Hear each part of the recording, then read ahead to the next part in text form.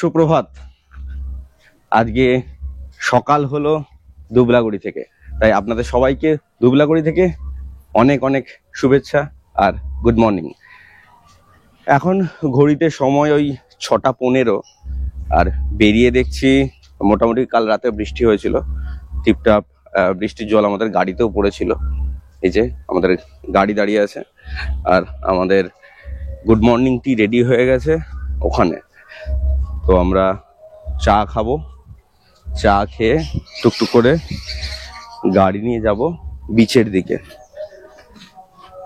দাদা চা রেডি? বাহ, দুটো দাও। চা বিস্কিট রেডি। কোনটা? তাহলে এই বিস্কিটটা নিয়ে নাও, দুটোই।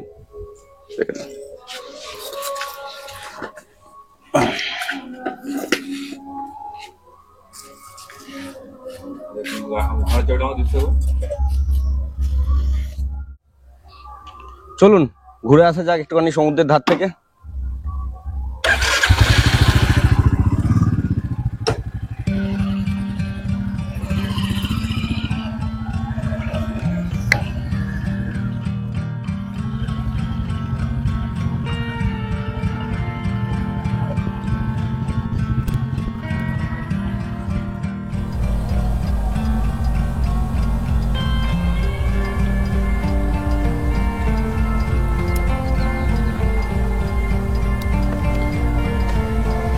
প্রকৃতিটা দুর্দান্ত, মানে সত্যি কথা বলতে এই রকম প্রকৃতি হয়তো বহু সমুদ্র সৈকতে গেছি কিন্তু এরকম প্রকৃতি পাইনি। অর্ঘ আবার ক্যামেরাটা ঘুরিয়ে দেখিয়ে দে জায়গাটা।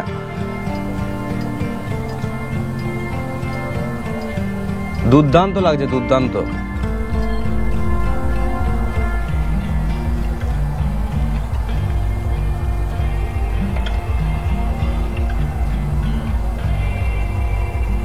কি ভাবছেন? চলে আসুন না দুদিনের ছুটিতে, প্ল্যান করুন আর বেরিয়ে পড়ুন।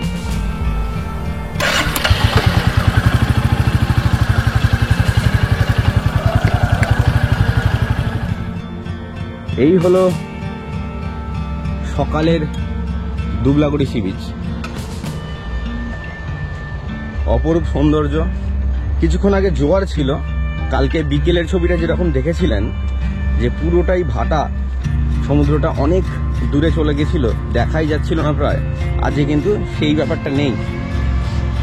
হাই টাইড ছিল সকাল 4টে থেকে, তো এখন ঘড়িতে সময় ওই 6:30। আমরা সি বিচে এসেছি।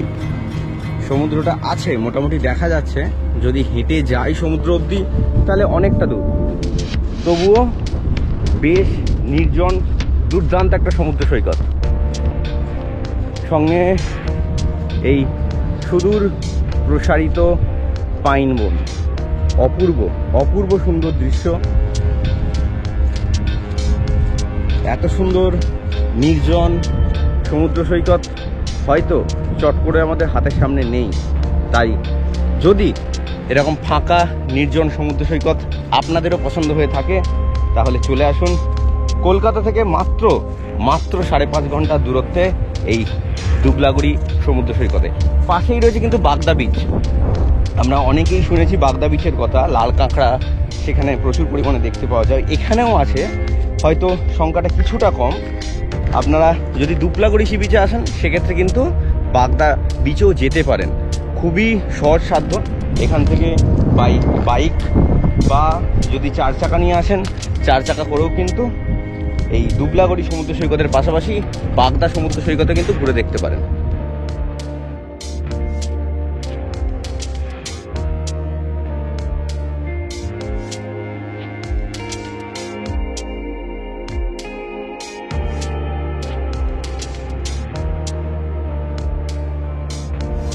যখন জোয়ার থেকে সমুদ্র ভাটায় যাবে তখন কিন্তু ভুলেও সমুদ্রের দিকে যাবেন না, নইলেই আমার মতো এরকম অবস্থা হবে। দেখুন হাতে জুতো পুরো কাদায় মাখামাখি, সামনে কিন্তু অসম্ভব কাদা। যখন জোয়ার থাকবে, সমুদ্র খুব কাছাকাছি থাকবে তখনই নামবেন, আদারওয়াইজ কিন্তু ভেতরে যাবেন না।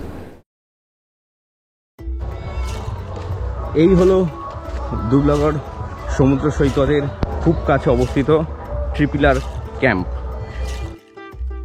যা ছিল আমাদের একদিনের রাত্রি যাপনের আদর্শ ঠিকানা।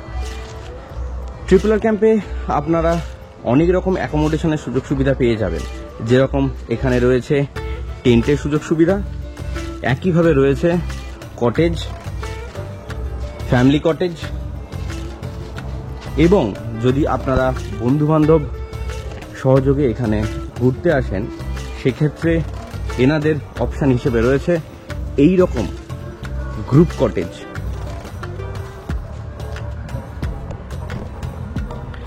তাহলে চলুন এক এক করে আপনাদের রুমগুলো ঘুরিয়ে দেখাই এবং প্রত্যেকটা রুমের প্রত্যেকটা কটেজের মধ্যে কী সুযোগ সুবিধা রয়েছে, তার পাশাপাশি সেই কটেজের বা সেই টেন্টের খরচা কত, সম্পূর্ণ তথ্য আজকের এই পর্বে রইল আপনাদের জন্য। এই হলো টেন্ট,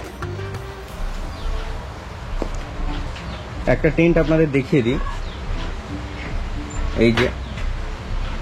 এই হলো টেন্ট, 3 জনের থাকার জন্য ঠিকঠাক। ফ্যান রয়েছে দুদিকে দুটো, চার্জিংয়ের জন্য পোর্ট বা প্লাগ পয়েন্ট সমস্ত কিছু দেওয়া রয়েছে, আলোর ব্যবস্থা রয়েছে, রাতের বেলা থাকার জন্য কোনো অসুবিধা নেই, ব্যবস্থাপনা খুব ভালো। তো আপনারা যারা অ্যাডভেঞ্চার করতে ভালোবাসেন তারা কিন্তু এই ধরনের টেন্টগুলোতে অবশ্যই স্বাচ্ছন্দ্যে থাকতে পারেন। টেন্টে কিন্তু অ্যাটাচ টয়লেট হয় না, যেক্ষেত্রে টয়লেটটা কিন্তু অবশ্যই আলাদা, সেপারেট। আর এরও রেট আমি ভিডিও ডেসক্রিপশনে এবং ডিসপ্লেতে যাচ্ছে, কন্ট্যাক্ট নাম্বারও যাচ্ছে, আপনারা আপনাদের সুবিধা অনুযায়ী যোগাযোগ করে নেবেন। কমন ওয়াশরুম রয়েছে, 4খানা ওয়াশরুম রয়েছে, সাফিসিয়েন্ট, 5টা টেন্ট রয়েছে, 4খানা ওয়াশরুম রয়েছে। তো প্রায় বলতে পারেন একটা টেন্টের পারপাসে একটা করে, কোনো অসুবিধা হওয়ার কথা নয়। প্রত্যেকটাই ওয়েস্টার্ন টয়লেট এবং সঙ্গে কিন্তু সামনে বেসিন রয়েছে উইথ মিরর, কোনো অসুবিধা হওয়ার কোনো কথা নয়। চলুন আপনাদের দেখানো যাক একটা গ্রুপ কটেজ কীরকম, তার সুযোগ সুবিধা কি রয়েছে, কতজন মিলে সেই গ্রুপ টেন্টে আপনারা থাকতে পারেন, অ্যাকোমোডেশন কতজনের রয়েছে, পুরো ডিটেলস আমি আপনাদের দেখিয়ে দিচ্ছি। এই হলো একটা গ্রুপ কটেজ, বেশ বড় রুম, মোটামুটি বেডও ঠিকঠাকই সাইজের। টোটাল 5 জনের অ্যাকোমোডেশন এখানে রয়েছে। একটা ডান দিকে মিররের সঙ্গে একটা বেসিন দেওয়া রয়েছে, ওয়াশরুম রয়েছে, ওয়েস্টার্ন স্টাইল ওয়াশরুম,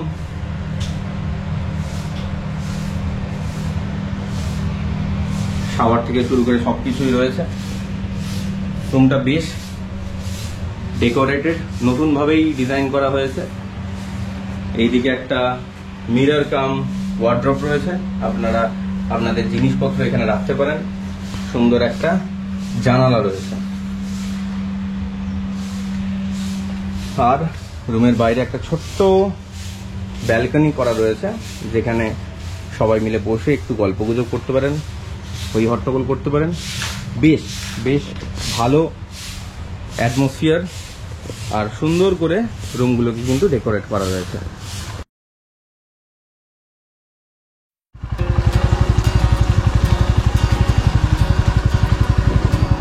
গাড়ি নিয়ে আমরা এখন চললাম মোহনা। দারুণ একটা রাস্তা দিয়ে আমরা এখন চলেছি মোহনার দিকে। কালকে যেটা আপনাদের সঙ্গে শেয়ার করছিলাম সেই ব্যাপারটা, মানে মোহনাতে কিন্তু এই সময়তে, এখন বাজে ঘড়ির কাঁটায় 8:30, প্রচুর ট্রলার কিন্তু ঢোকে। আর যেখানেই মেন বাজারটা রয়েছে, মাছ কেনা বেচা হয়। তো আপনারা যদি দুবলাগড় পিছে আসেন তাহলে সেক্ষেত্রে কিন্তু মোহনা থেকে মাছ কিনে নিয়ে যেতে পারেন। আমি সম্পূর্ণ ইনফরমেশন দিয়ে রাখবো, তার আগে সেখানে পৌঁছই। রাস্তাটা কিন্তু অসম্ভব সুন্দর, একবার দেখুন।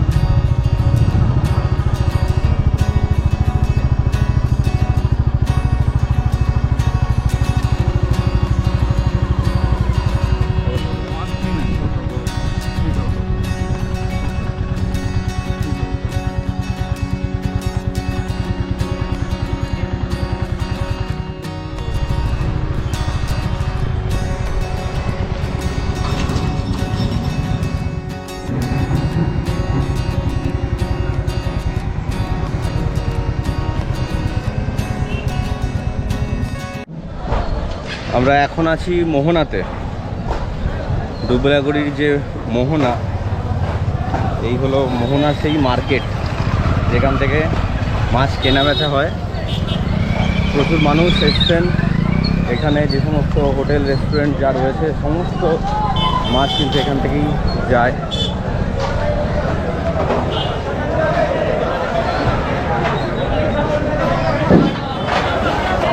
এই হলো মূল মাছের বাজার। কত ইলিশ!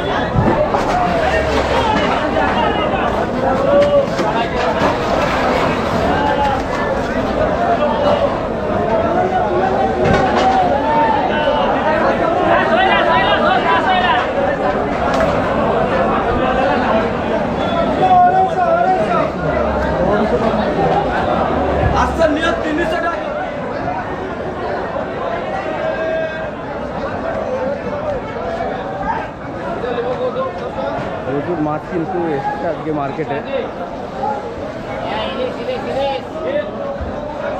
কত করে কাকা ইলিশ? কত করে? 400 টাকা। 600? 400 টাকা। 400? তোলো না দেখি। এই প্যাকিং করে নিয়ে যাওয়া যায় কলকাতায়? হ্যাঁ, কী করে প্যাকিং করে দাও? পেটি নিয়ে আসো। পেটি নিয়ে এসে প্যাকিং করে দেবো, থাকবে? এই একটা ওজন কত হবে? একটা ওজন 300 350 গ্রাম হবে। 300 আর 300 গ্রাম হবে। এটা কি? এটাও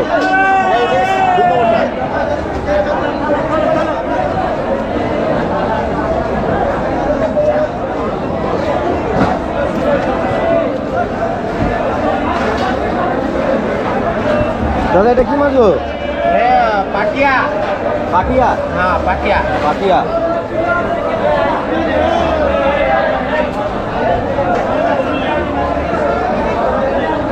প্রচুর মাছ, প্রচুর মাছ। যারা মাছ ভালোবাসেন, কলকাতায় নিয়ে যেতে চান কিনে এখান থেকে, তারা কিন্তু নিয়ে যেতে পারেন।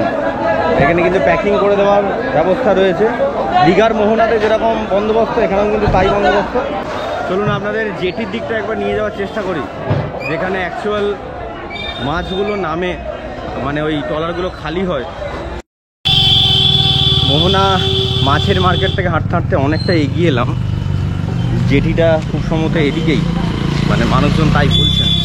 এই যে রাস্তা, আর এখানেই মোটামুটি কাল থেকে আসার পর থেকে সেইভাবে কোনো মার্কেট এদিকে চোখে পড়েনি, কিন্তু মোহনার দিকে কিন্তু প্রচুর পরিমাণে দোকানদানি মার্কেট রয়েছে। প্রয়োজনীয় সমস্ত জিনিসপত্র কিন্তু এখানে পাওয়া যায় বলেই মনে হয়।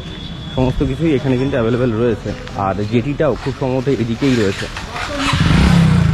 এই হলো জেটি ঘাট, যেখানে সমস্ত বড় বড় ট্রলারগুলো নোঙর হয় এবং এখান থেকে কিন্তু ওই মাছ আনলোড হয়, সেখান থেকে চলে যায় বাজারে।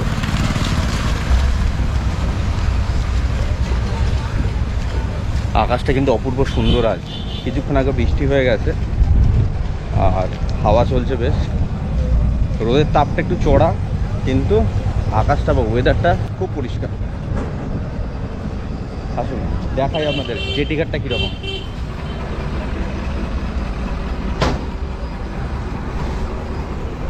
এই দেখুন,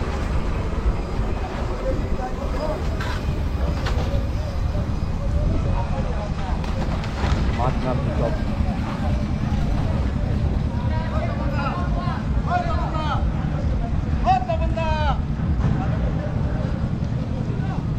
বড় বড় নৌকা নেমেছে, ট্রলার ঢুকেছে সমস্ত বড় বড়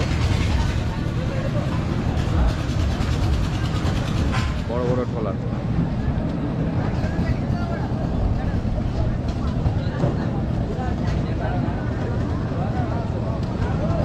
মাছ আনলোড হয়ে গেছে সব। আপনার চ্যানেল না স্যার, দেখুন কত বড় বড় ট্রলার এসেছে, নোঙর হয়েছে সেগুলো।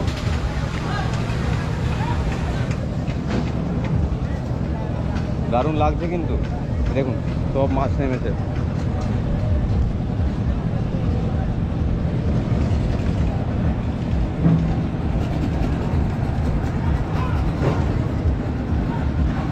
এইগুলো কিন্তু এই বরফে করে কিন্তু মাছগুলো চলে যাবে, প্যাকিং হয়ে প্যাকেজিং হয়ে মার্কেটে চলে যাবে। বরফ কাটা হচ্ছে।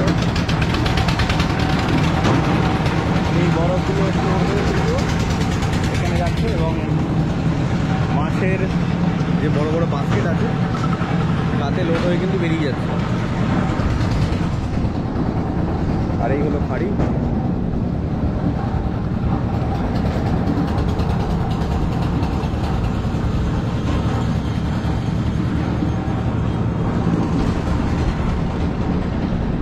তাহলে কেমন লাগছে এই অন্য রকম করে একটা দুবলাগড়িকে দেখতে? আশা করি ভালো লাগছে। যদি ভালো লাগে অবশ্যই কিন্তু কমেন্ট করে জানাবেন আপনাদের কীরকম লাগছে।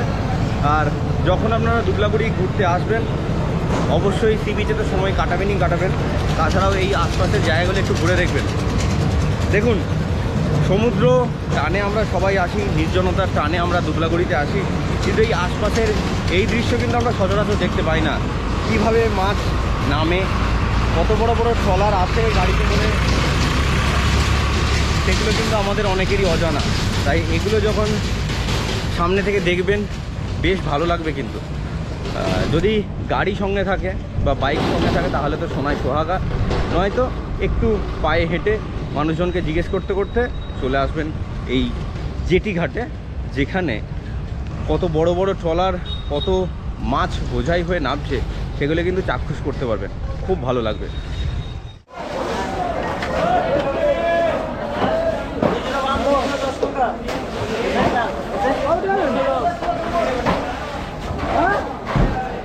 দেখুন, জেটিতে যে বরফ ভর্তি সেগুলো দেখলেন, সেগুলো কিন্তু এখানে আগুন হচ্ছে, আর সেখান থেকে ধরে ধরে ইলিশ মাছ বার করা হচ্ছে।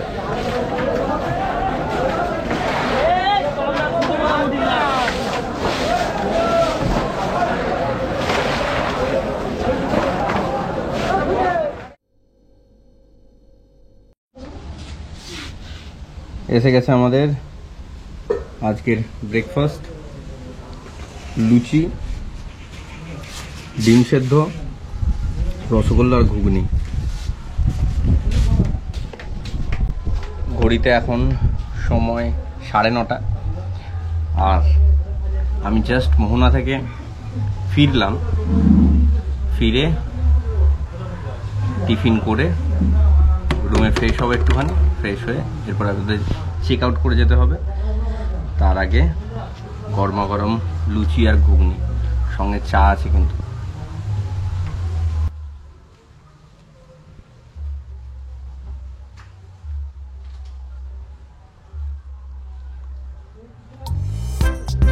তো ফাইনালি সময় হয়ে গেল আমাদের দুবলাগড়ির একদিনের ঠিকানাকে বিদায় জানার। ট্রিপল আর ক্যাম্প থেকে এবারে আবার বাড়ি ফেরার রাস্তা ধরতে হবে, আবার স্বাভাবিক কর্মজীবনে ফিরতে হবে। তাই কেমন লাগলো ভিডিওটা অবশ্যই জানাতে ভুলবেন না। ট্রিপল আর এর অভিজ্ঞতা আপনাদের কীরকম লাগলো ভুলবেন না। যদি কেউ আগে ট্রিপল আরে এসে থেকে থাকেন তাদের অভিজ্ঞতা আমার সঙ্গে স্বাচ্ছন্দ্যে শেয়ার করতে পারেন। দেখা হবে আবার একটা নতুন দিন, আবার একটা নতুন জায়গাতে। ততক্ষণ পর্যন্ত ভালো থাকুন, সুস্থ থাকুন, আর দেখতে থাকুন এক্সপ্লোরার আমি।